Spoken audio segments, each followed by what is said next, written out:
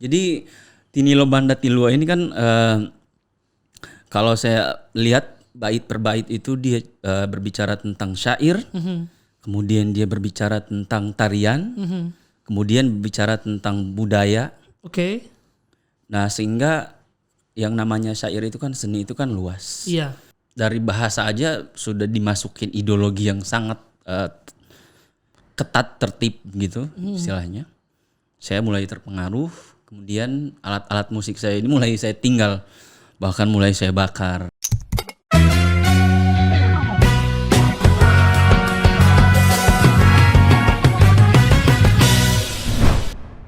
Yuk ambil posisi. Garis depan hari ini saya ada teman ngobrol artis Gorontalo. Artis. Bisa dibilang artis Gorontalo. Kita sapa saja. Ada Bang Ulu Mile. Ya. Ini saya panggil abang aja. Bebas. Ulu Mile juga nggak apa-apa. Jangan, ini lebih senior, lebih tua dari saya. Kan tidak mungkin panggil Mas. Gorontalo. Jadi Bang Ulu Mile ini orang Gorontalo asli, baru DP Marga saja Mile. Asli Bone Bolango ya? Dari mana? Mile? Iya, Bone Bolango. Bone Bolango kan? Artinya mantan Pak Bupati? Masih saudaraan. Masih saudaraan, Bupati masih keluarga. Mile ya? Iya. Oke. Tapi beliau ini sudah lama tinggal di Jakarta, kuliahnya di Jakarta juga dan berkarir di Jakarta. Dan saya mengundang beliau ini karena saya melihat postingan YouTube, postingan lagu beliau yang baru 3 hari diposting itu sudah 500 penonton. 700-an ya? 700-an. Iya. Oke. Itu berarti sudah naik 700 dengan judul Tinilo Banda Tilua. Nah, ini lagu kita bahas. Nanti kita ulik-ulik lagi setelah dari lagu apa lagi gitu kan. Oke. Ini Bang Ulu datang di Gorontalo sejak apa? Bolak-balik Jakarta atau gimana? Sudah menetap di sini? 2 tahunan ini bolak-balik. 2 tahunan bolak-balik Iya, Jakarta. sebelumnya tinggal di sana. Oke. Sekitar belasan tahun lah. Belasan tahun. Iya. Tinggal di Jakarta. Iya, tinggal di Jakarta. Cuman sekarang ini karena COVID, PPM kita udah sekitar hampir setahun lebih di Gorontalo. Tersiksa nggak? Tersiksa sedikit. Ada mencari ini jadi susah mau kesana kamari. Sudah tambah sulit ini dengan kondisi begini kan. Oke. Terkait lagu, ini saya langsung ke lagu. Lagu ini unik karena Bang Ulu katanya umurnya baru 34, 36. Iya. 36. Tergolong masih anak muda, generasi muda Gorontalo yang menyanyikan lagu Gorontalo dengan fasih. Dan saya tahu orang Gorontalo, kebanyakan kita tidak bisa pungkiri. Mungkin Bang Ulu juga tahu.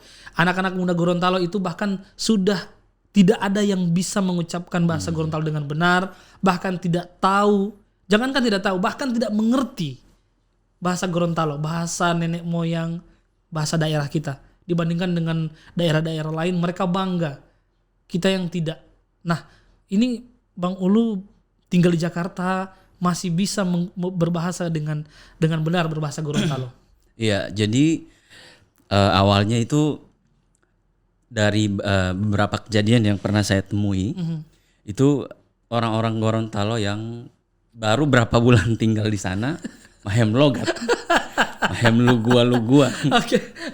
Itu memang itu kenyataan. Iya, terus karena memang orang juga berbahasa bisa campur-campur. Campur-campur. Jadi orang juga karena tinggal di asrama Gorontalo itu yang memang semua rata-rata orang Gorontalo asli.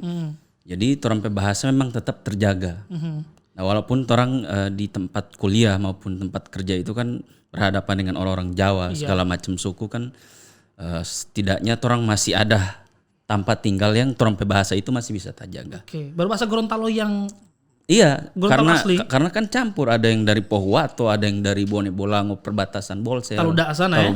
Jadi masih bahkan yang dari Mamalia ada orang-orang Gorontalo yang tinggal di sana. Tapi itu sudah bagian Bolsel iya, kan. Iya, sudah bagian Bolsel, cuma dorang bahasa kental. Nah, dari dorang-dorang ini kemudian saya memperhatikan beberapa aksen, kemudian penyebutan. Kayak kata londo, kalau orang tidak paham mungkin londo itu londo kayak padahal di situ dari beberapa ahli yang pernah saya ajak diskusi, londo itu ada kayak kata dalam bahasa Arab itu do. Jadi penyebutannya menjadi londo. Lonto. Iya. Lonto. Londo. Sampai begitu itu ada. Nah, karena mengingatkan orang kalau tiap hari cuma dengan orang bahasa, kemudian orang bahasa tidak bisa kasih hidup, itu jadi bagaimana? Kita orang mengiri dengan orang-orang Sunda, coba lihat. Ya bayangkan orang-orang Anak-anak muda, anak-anak kecil itu diskusinya pakai bahasa Sunda. Iya. Orang Makassar. Iya. Kumaha tuh. Sekarang orang Gorontalo baru mau pergi di Manado, baru 3 hari pulang kampung. Jangan kan 3 hari, 1 hari saja so pulang sama Den Bebe. Kodam Bobinde. Oke, ini soal lagu ini. Kita langsung ke lagu Tinilo apa tadi? Banda Tilua. Ini soal apa? Lagunya cerita tentang apa? Tentang cinta kek atau? Jadi Tinilo Banda Tilua ini kan kalau saya lihat bait per bait itu dia berbicara tentang syair, kemudian dia berbicara tentang tarian, kemudian berbicara tentang budaya. Oke. Nah, sehingga yang namanya syair itu kan seni itu kan luas. Iya. Saya melihat beberapa musisi yang sudah dikatakan jenius lah itu dalam satu lagu mereka itu hanya tidak hanya memuat satu kisah, tapi ada banyak kisah yang disiratkan ceritakan seperti Tinilo Banda ini. Dia berbicara tentang syair, kemudian tarian para orang-orang dulu, berbicara tentang zaman di mana kita sebagai orang Gorontalo itu misalkan kalau udah hidup di zaman yang semodern ini tetap menjaga leluhur budaya yang telah dititipkan pada kita. Jadi apa ya, kayak semacam warisan lah buat kita yang harus kita jaga hingga saat ini. Saya rasa yang dimaksudkan Tinilo Banda Tilua itu ya menjadi orang Gorontalo yang tetap bisa menjaga warisan dari orang-orang dulu. Jadi warisan leluhur bahasa budayanya. Bahasa. Ya? Walaupun tidak terlalu, tidak harus pintar-pintar banget dalam berbahasa. Yang penting paham. Iya, setidaknya orang sudah apa ya istilah, menggunakan bahasa ini sebagai apa ya istilahnya ini. Kalau zaman sekarang itu kan orang biasa cuman mau nyanyiakan lagu daerah lain toh. Iya. Setidaknya itu kan coba promo dorang bahasa daerah. Betul. Nah, dengan lagu ini setidaknya saya sudah mempromosikan lagu bahasa Gorontalo. Iya, betul. Bahwa sebagai anak daerah Gorontalo, saya walaupun tidak fasih, tidak terlalu paham soal bahasa Gorontalo, setidaknya saya sudah mempromosikan, sudah membawakan bahasa daerah saya Gorontalo. Oke. Tapi beberapa kali saya lihat postingan beberapa tahun lalu ya di Facebook muncul di lini masa, muncul dalam diingatkan kembali oleh media sosial. Iya. Lagu ini dari tahun berapa pernah dinyanyikan, tapi tidak menjadi satu single yang di cover lagi kan? Iya, lagu ini kalau nggak salah dia sekitar tahun 70-80-an ya di RRI itu. Tapi dengan yang pakai gambus bukan? Bukan, dengan musik yang dulu, musik klasik tapi dulu. Oh, oke. Nah, waktu itu sampai kenapa saya cover ini karena tahun 2010 itu pernah ada salah satu pejabat yang dia akrab dengan kami di Jakarta. Dia suka lagu ini. Dia suka? Iya, dia suka. Terus dia datang saya, dia bilang, lu coba kamu cover lagu ini. Pejabat orang Gorontalo? Orang Gorontalo. Sebutkan namanya siapa? Dia kepala BPKRI waktu itu, Pak Safruddin Mosi'i. Oh iya, oke. Nah, beliau itu kan penggemar itu seni. Dia kan punya sanggar seni Tinelo KKIG waktu itu dan sangat akrab dengan kita di keluarga besar HP Minggi Jaya waktu itu. Kemudian kita diberikan diberikan tempat untuk bisa berkesenian. Kalau anak-anak mahasiswa yang punya jiwa seni bisa. Ada studio musik? Iya, ada tempat, ada sanggar seni Tinelo namanya. Jadi disediakan juga ada studio alat musiknya lengkap. Wah, ruang buat tarian juga lengkap, ada instrukturnya juga. Sekarang masih jalan sanggarnya? Masih jalan. Masih jalan ya? Iya, masih ada. Jadi dari sana semua ini lagu mulai dinyanyikan, terus akhirnya di cover nanti tahun 2021. 2021. Saya sebenarnya 2010 itu pengen langsung mengcover tapi tidak yakin kalau Kenapa sih? DP bahasa ini kan agak lain. Ya betul, harus Saya pas dimengerti. dikasih teks, saya dengar teks yang dikasih pun tidak sesuai dengan yang dia bilang. Oke. Saya masih ragu kalau yang kayak waktu itu teks kalau tidak salah dia ada kalimat di situ hunggia. Dia kasih bahasa itu tertulis hudia. Hudia. Akhirnya saya pikir ini butuh penelitian. Walaupun saya bukan orang peneliti tapi saya pikir karena ini bahasa yang kemudian bahasa ini ditaruh di dalam lagu yang sakral menurut saya, tentu ini butuh pengkajian yang lebih dalam. Akhirnya saya tidak langsung cover. Saya beraktivitas dulu sebagai mahasiswa waktu itu, kerja. Saya tidak kepikiran waktu itu. Nanti setelah berapa tahun belakangan pas balik Gorontalo, ini lagu dia kasih ingat kamar, ada yang coba share di YouTube. Waktu itu masih di kamar pakai akustik. Iya, pakai akustik. Saya pernah lihat itu. Iya, ada yang share. Saya lihat kok orang. Akhirnya tak ingat ulang. Saya mulai cari orang-orang yang ahli bahasa Gorontalo. Saya ke perpustakaan provinsi melihat kata per kata tapi tidak ada di situ. Hudia itu. Salah satunya. Enggak, kalau itu ada sih. Cuma ada beberapa kata yang tidak pas, saya cari per abjad. Salah.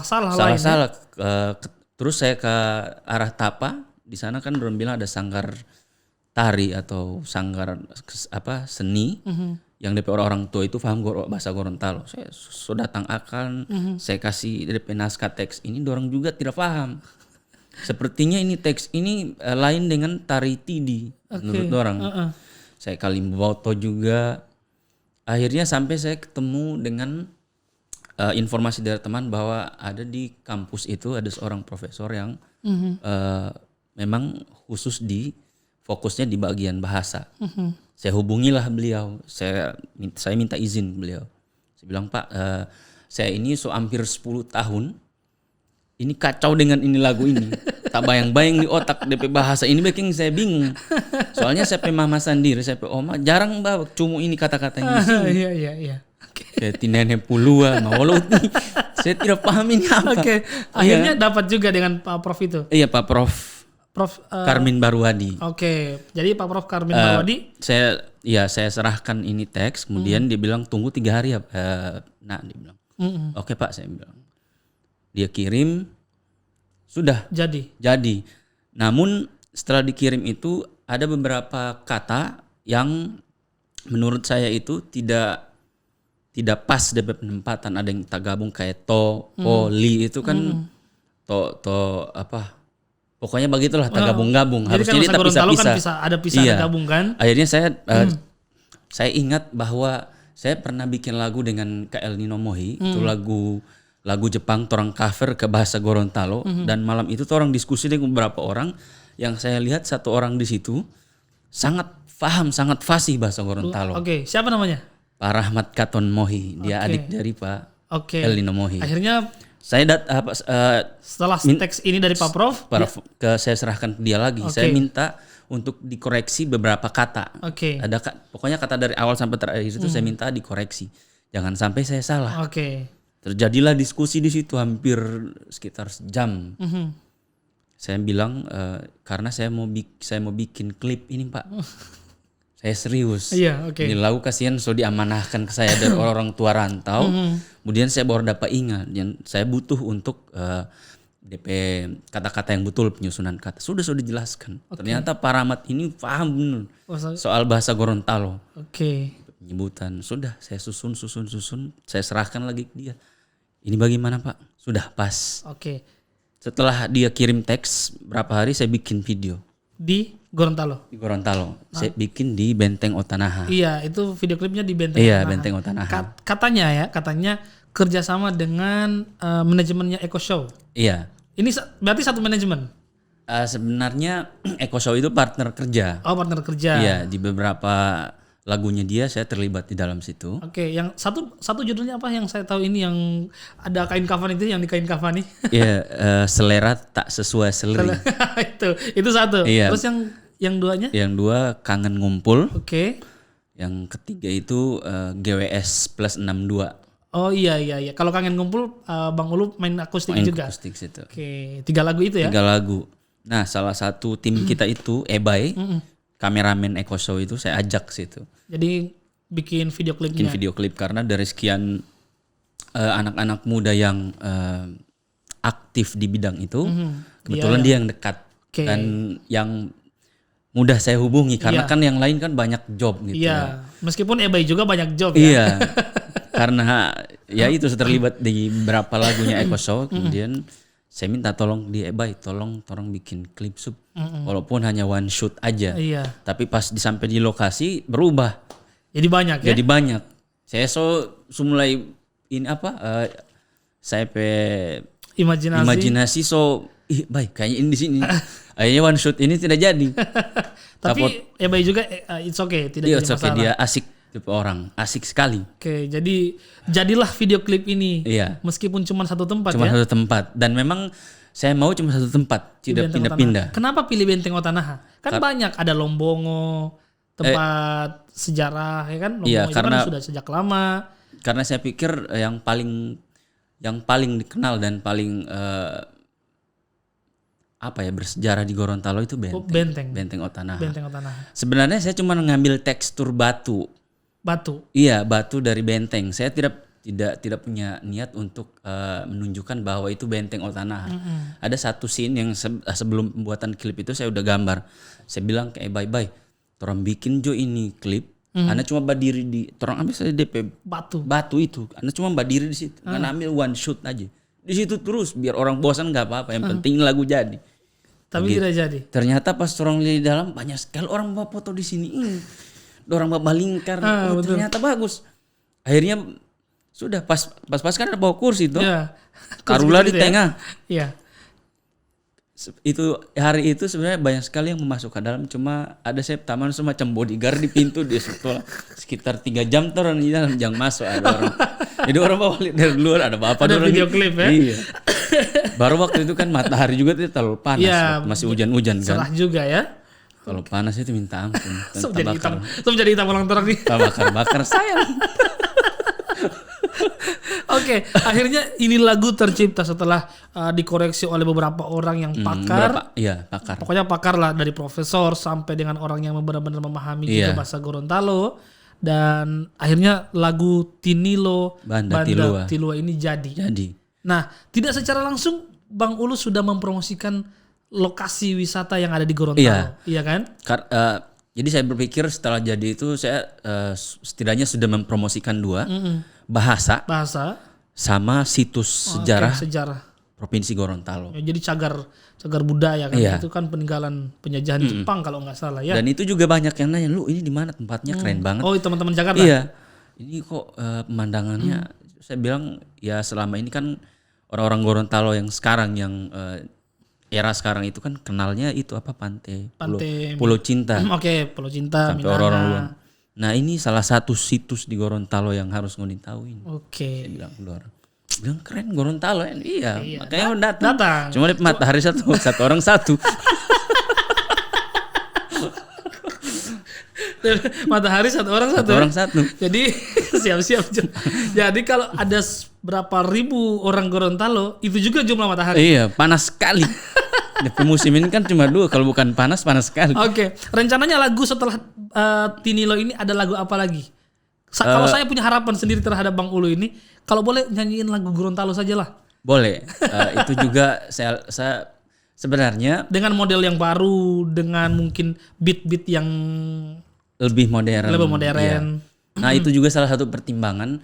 Tadinya lagu ini dari aransemen yang lalu itu terlalu dulu menurut saya. Iya betul. Karena saya lari dari konsep karena konsep lagu daerah pada umumnya, lagu daerah Gorontalo itu ataupun di mana-mana itu kan musiknya itu pakai itu style dari elektron. Jadi dapat tahu sekali itu kan memang cuman pukulan biasa. Nah, saya keluar dari konsep situ. Saya bikin komposisi musik yang padat. Iya. Terlibat di situ sequencer segala macam, bunyi-bunyian yang mungkin baru orang dengar. Tapi saya padukan dengan alat-alat tradisional. Nah di lagu ini juga terlibat 2 orang teman saya. Itu ada Reynaldo Angio, dia keyboardis. Saya kenal dia. Iya. Terus yang kedua Riswanto Putra Adam, Riri drummer. Oke. Itu seband sama saya di Hiura. Nah saya libatkan mereka. Kalau Riri itu dia penabuh itu. Dan memang dorang ini tim kesenian juga, ada sanggar juga di Gorontalo. Nah saya ajak dorang, saya bilang dorang bikin musik modern, tapi musik modern ini kita orang kasih masuk ruh musik Gorontalo di dalam. Iya. Sehingga kalau mendengarin musik ini agak lain. Iya. Kayak ada bunyi rebana tapi samar di belakang. Tapi ada sequencer, ada pokoknya ada drumnya ya. Iya. Drumnya pun itu drum elektrik tapi tidak terlalu orang kasih tonjol bahwa itu. Ini cukup luar biasa. Saya teringat lagu dulu ada yang apa namanya, lagu yang pernah dinyanyikan oleh, kalau nggak salah ini penyanyi sudah meninggal, almarhum, bukan orang Gorontalo, orang Batak mungkin atau orang mana, musisi Edi Siltonga itu pernah menyanyikan lagu Gorontalo dengan sangat fasih juga. Dan kemungkinan itu lagu-lagu yang seperti itu bisa di cover, di aransemen lagi oleh Bang Ulu, karena memang kalau bisa ada penyanyi lain ya oke, tapi kalau yang sekarang dengan saya ya ada Bang Ulu kan. Iya. Ya mungkin bisa dinyanyikan itu yang lagu apa namanya itu? Hirameya tahepulu. Nah, itu. dulu waktu yang orang tua yang saya bilang itu pas Saprudin Mosi, itu kan Tinilo Banda Tilua itu satu album dengan Hirameya, dengan Binde Biluhuta. Dia satu album kalau tidak salah. Iya. Nah dari beberapa lagu itu memang Hirameya, Binde Biluhuta itu dia minta cover semua juga. Cuman yang saya paling ingat yang ini. Yang Tinilo ini. Iya. Dan mungkin akan datang saya akan coba cover. Saya adalah salah satu orang yang karena memang tinggal di kampung, jadi dulu itu kan di kampung ya dengarnya adalah radio RRI kan. Jadi sama rata-rata RRI. RRI kan. Jadi kalau dengar jam 9 malam itu pasti sudah lagu-lagu seperti itu. Hirameya, kalaupun kalau di sore hari kan.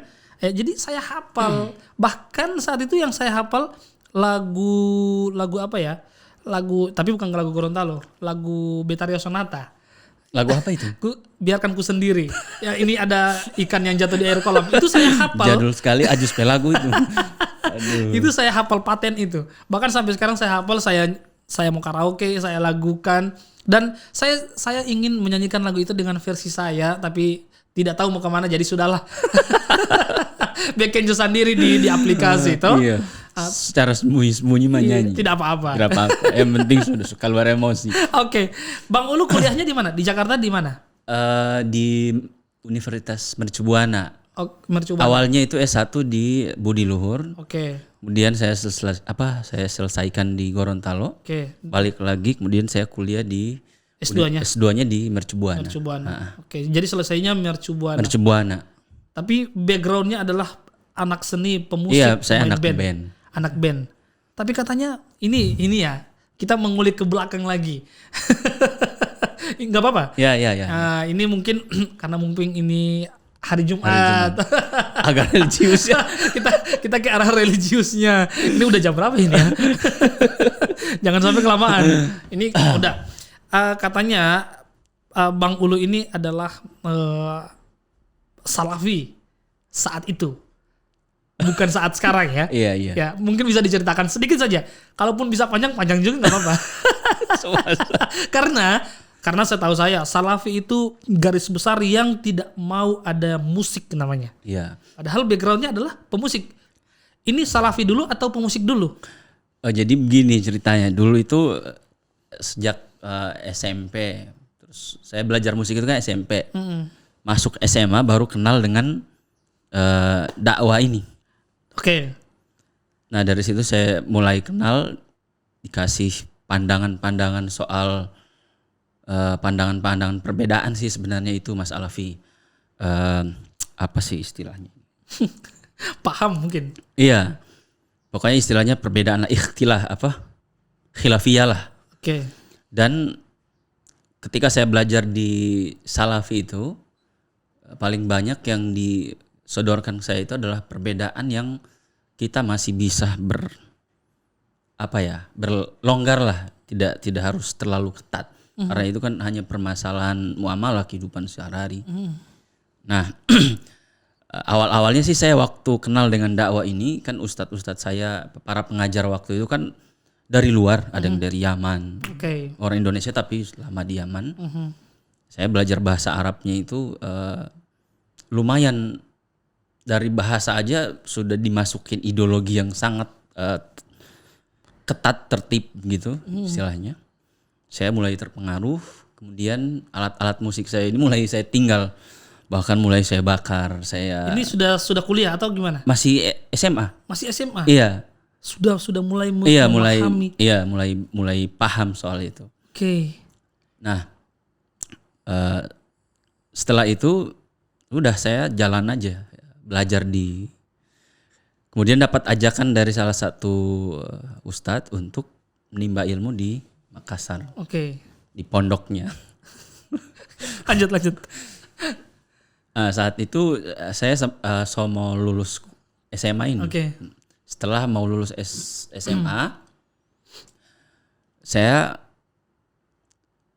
mulai berpikir ini apakah saya akan ikut ajakan mereka ataukah ikut hati saya. Ya udah.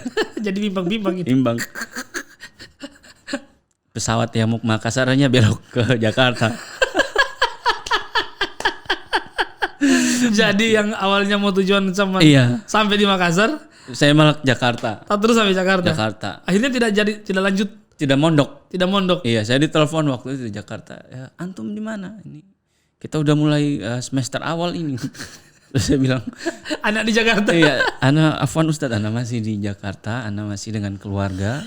Karena keluarga juga lama tidak ketemu, jadi saya mungkin akan menetap dulu. Iya, di sini dulu untuk beberapa waktu, saya bilang. Oh iya, siap. PHP.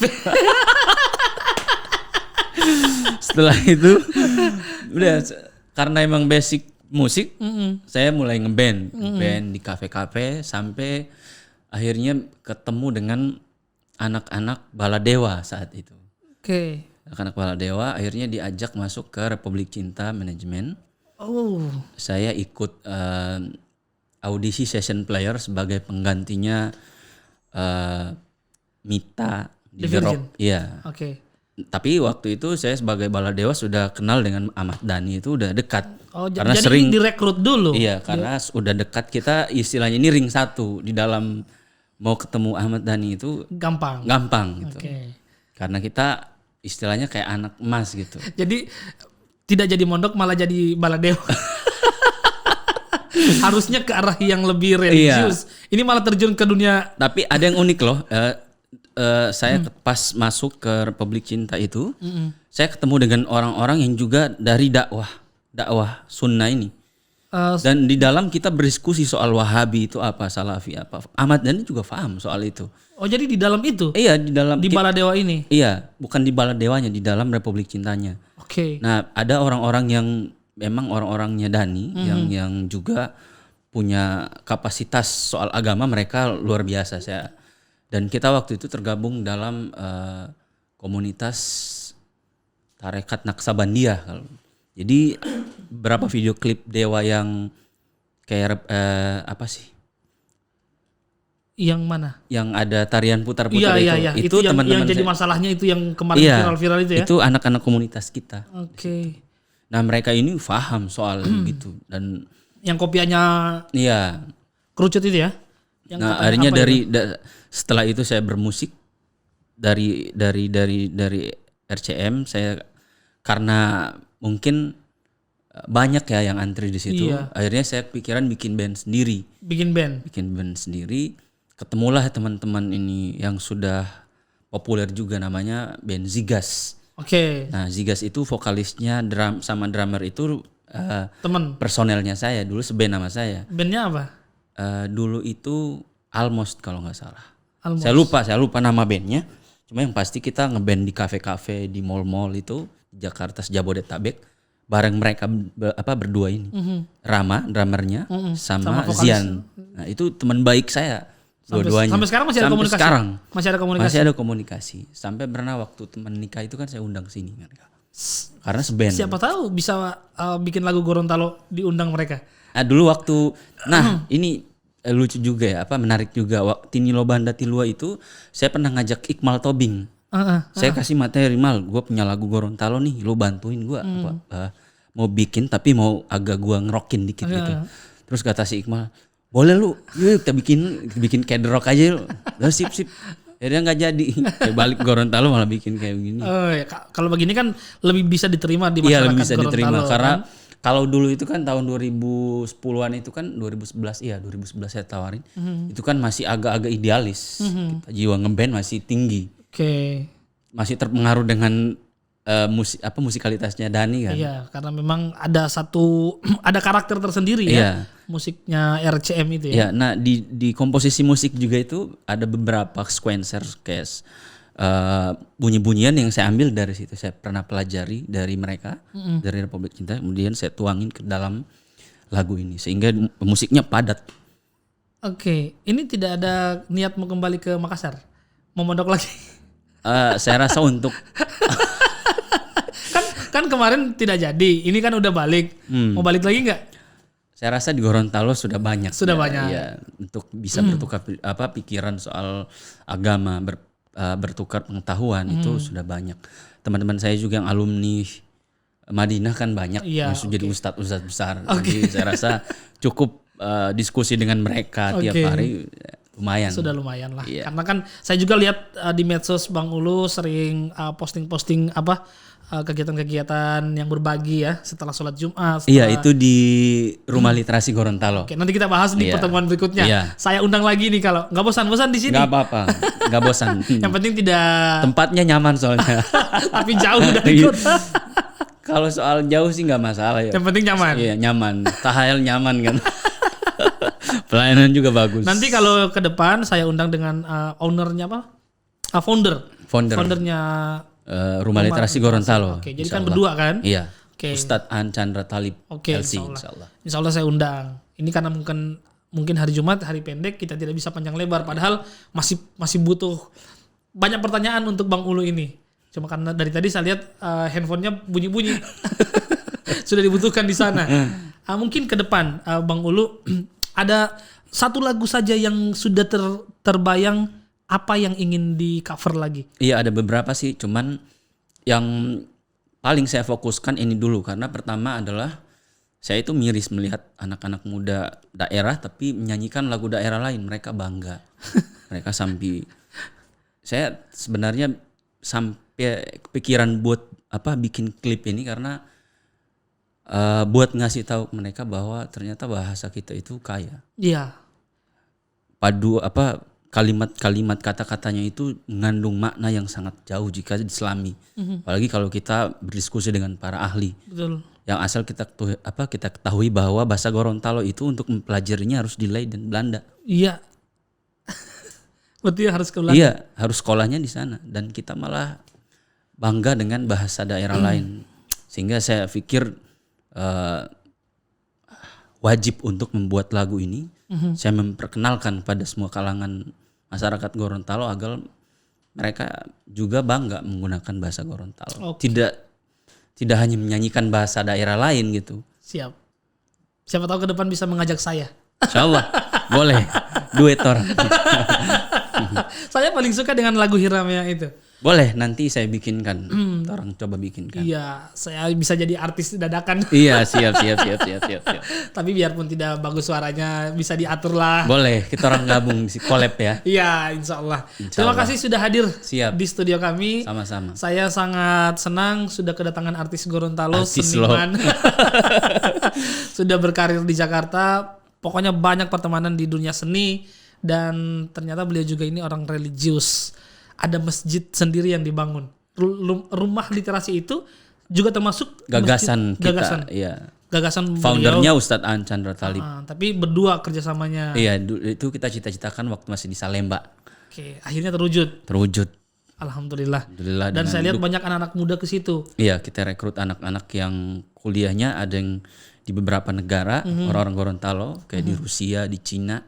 Terus ada yang kuliah di ITB, UI, UGM segala macam kita rekrut masuk sih. Oke, alhamdulillah kalau begitu.